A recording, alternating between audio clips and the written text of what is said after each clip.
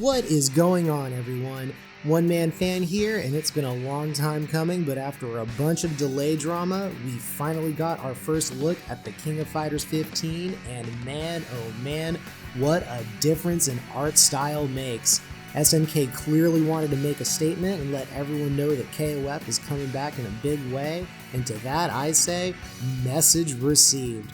Really been looking forward to this one, so I'm going to be breaking down everything they showed off in the big reveal, and also touch on what to expect from both the game and this channel going into 2021. With that out of the way, let's start unpacking. Right off the bat here, I think the visuals are absolutely fantastic. Seeing Samurai Showdown's art style applied to KOF is exactly what I was expecting, and that's exactly what we got.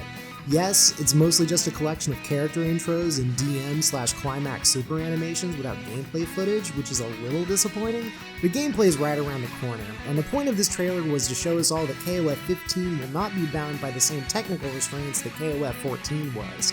Judging by this footage, any fears of 15 suffering 14's fate when it comes to graphic style can be laid to rest. Not everyone's happy, and I know some of you out there were expecting Arc Systems Works or KOF 13 style visuals, but let's be real. If those were your expectations, then you don't know SNK. They've always been a company that has used their distinctive art style to make up for working with a limited budget and hardware, and that pedigree is on full display here, unlike in KOF 14.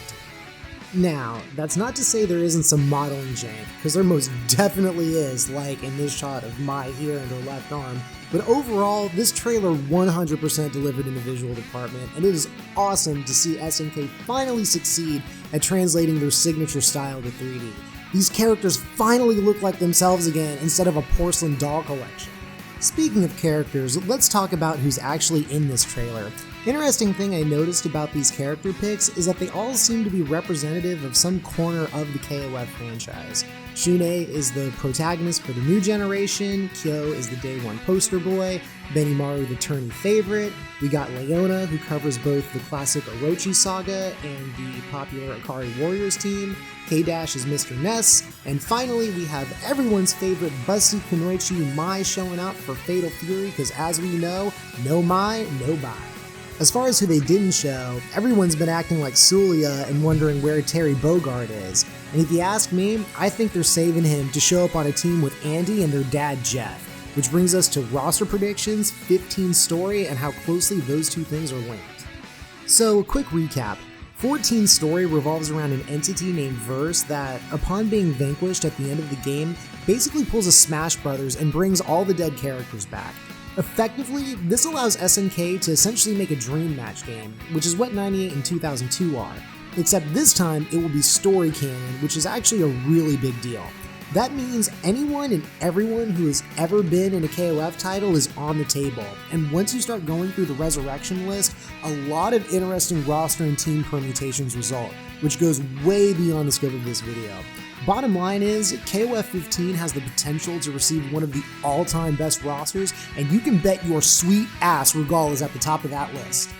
And if that isn't enough of an indicator to show how dedicated 15 is to celebrating its legacy, SNK is bringing back none other than anime god Masami Obari to animate a promotional short. I jumped out of my seat when they announced this because, for those of you who may be unaware, among the man's list of many prolific credits, he directed the Fatal Fury anime films. Personally speaking, Fatal Fury the motion picture was my first exposure to anything SNK. So the fact that they are bringing this legend back and acknowledging this part of the franchise's history is something I couldn't be more stoked for as a longtime fan. Because you know, not only is Obari itching to revisit Team Fatal Fury, but he is going to make all the other fan favorites look incredible with plenty of money shots. I wouldn't be surprised if this project follows the same formula as KOF Another Day and gets releasing episodes, but regardless of how they do it, this is going to be a real treat. Outside of that, we got a confirmed release window of sometime this year, which probably means closer to the end of 2021, but hey, fine with me as long as they have a team reveal schedule to continue building hype in the months leading up to release. So yeah, short and sweet trailer, but clearly a lot going on here, and looking ahead, we should be getting a full gameplay breakdown in the next few days, which is what everyone really wants to see, and of course I'll be bringing y'all my thoughts on that as soon as I can once it drops. But hey, KOF 15 wasn't the only bit of news that got highlighted, because SNK also announced the Ultimate Edition for KOF 14. Honestly, I don't know how many people are going to be interested in buying KOF 14 at this point who don't already own it plus its DLC, especially with no netcode update, but hey, it's a release that makes sense and is appreciated as a way to get newcomers to familiarize themselves before 15 drops.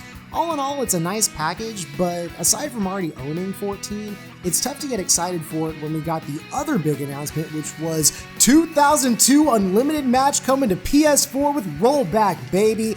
Even though this got leaked a few months back by Korea's PSN store, it was still incredibly hyped to see this confirmed.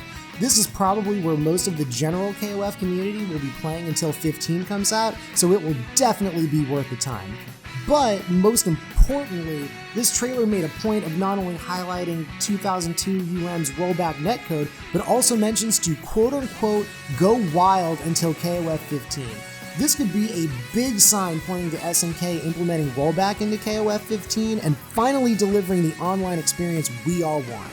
At this point, it would make absolutely zero sense if they didn't, and I hope they do, because if you want to see how bad netcode can kill a great game's player base, look at the tragedy that is Samurai Showdown. So yeah, when taken all together, 2021 is shaping up to be KOF's big comeback year, and I will be all over it. I've been a lifelong fan of the series, and if you ask me, from one that has influenced everyone else to this day in the fighting game genre, KOF has been out of the spotlight for far too long. But going off this first reveal, 15 is looking to finally change that and remind everyone of why we all love the King of Fighters. If you enjoyed this video and want to see more KOF 15 content, be sure to leave a comment and hey, maybe even like and subscribe, as more coverage will be coming your way as it releases. Until then, may your combos not drop.